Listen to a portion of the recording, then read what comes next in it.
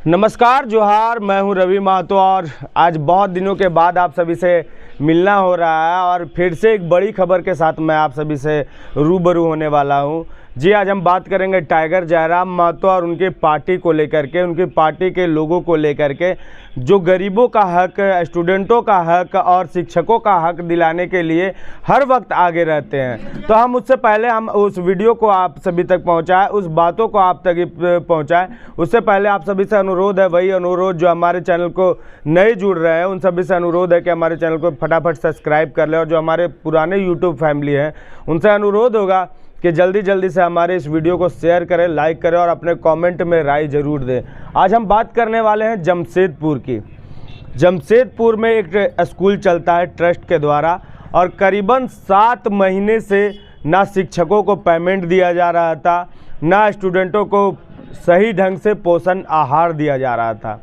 लेकिन उसी वक्त आते हैं JLKM के झारखंड लोकतांत्रिक क्रांतिकारी मोर्चा के तपन महतो जी, जो पूर्व में जमशेदपुर के विधायक प्रत्याशी के रूप में वो आने वाले थे, लेकिन कुछ कारणों की वजह से वो नहीं आ पाए। लेकिन मैं आप बता दूं कि तपन दा ने इस पर एक्शन लिया, टाइगर जयराम महतो के पार्टी ने एक्शन लिया और तुरंत बता दे कि उस विभाग से मिले हुए अधिकारी वहां पहुंचते हैं, स्कूल में जांच करते हैं और वो करीबन 12 से 15 शिक्षक जो थे उनको जो 7-8 महीने से पेमेंट रुका हुआ था वो पेमेंट भी वो दिलाते हैं। और साथ ही साथ जो बच्चों को एक सप्ताह में, कई बच्चे थे 60 बच्चे थे, उनको 3 केजी ही मात्र दूध दिया जाता था और आहार भी कम दिया जाता था।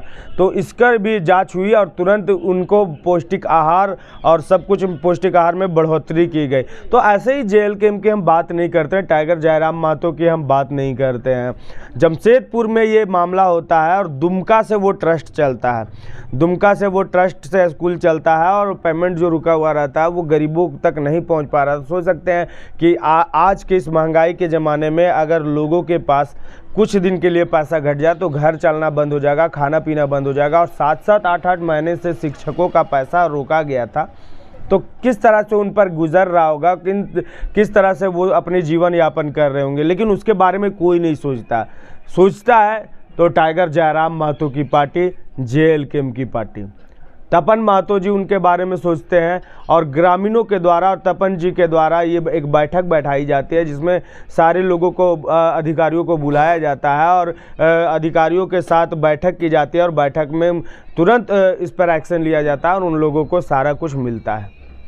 तो टाइगर जयराम महतो ने साफ तौर से निर्देश दे दिया है अपने जितने भी संबंधित लोग हैं, JLKM के विधायक प्रतिनिधि हो, उनके कार्यकर्ता हो, कि अगर सिर्फ हमारे डुमरी में ही नहीं, झारखंड में कहीं भी अगर किसी गरीब को समस्या होती है तो वो JLKM की समस्या होगी, टाइगर जयराम महतो की समस्या होगी और उसे दूर किया जाएगा।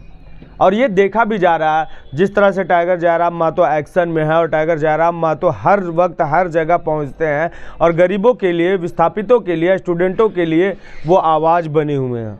और आज ये देखने को जमशेदपुर में भी मिला। इस बाइट के बाद मैं उनका बाइट लगाऊंगा तपन दा का कि जो उन्होंने क्या कहा, पहले उनके बारे में आप सुने। जय झारखंड, जोहार झारखंड।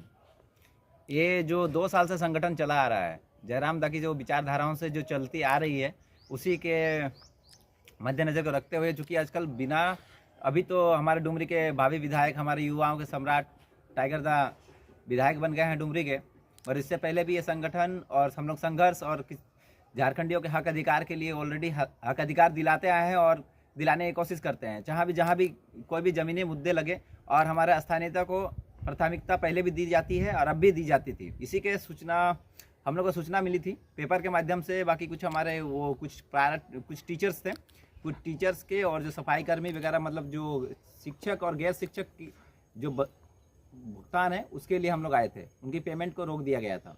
एक्चुअली हुआ यूँ था कि ये 2006 से वो स्कूल चल रही है। दूसरा में एक स्कूल है, आवासीय स्कूल है, एक मतलब SC के लिए स्कूल है, ठीक है, SC ST का स्कूल है, जो कि हमारा दूसरा में स्थित है और 2006 से चला आ जा रहा। तो उसमें पता चला था कि पहले केरला पब्लिक द्वारा वो चलाया जाता है, केरला पब्लिक ट्रस्ट के द्वारा चलाया जाता था, बट अभी आवंटन हुआ है दुमका ट्रस्ट के द्वारा। बट उनको सिर्फ आश्वासन नहीं मिल रहा था। पिछले जुलाई मंथ से जब से उनका एग्रीमेंट हुआ है या जब से उनका आवंटन हुआ है, तब से कोई मतलब भुगतान भी नहीं हुआ, 1 भी रुपया नहीं मिला था मतलब टीचरों को, और टीचरों को भी नहीं मिले थे, सफाई कर्मी को भी, या किसी को पेमेंट हम लोगों को नहीं मिला था। तो इसकी सूचना हम लोगों को मिली, और ये भी सूचना मिली थी कि हमारे जो वहाँ के जो लोकल बच्चे हैं जो सबर जाति के, मेनली सबर जाति के बिलोंग करते हैं, और सबर जाति एक ऐसा जाति है जो कि अभी झारखंड में विलुप्त होने के कगार पे हैं, उनमें से सरकार द्वारा एक संरक्षण करने की जो प्रक्रिया चल रही है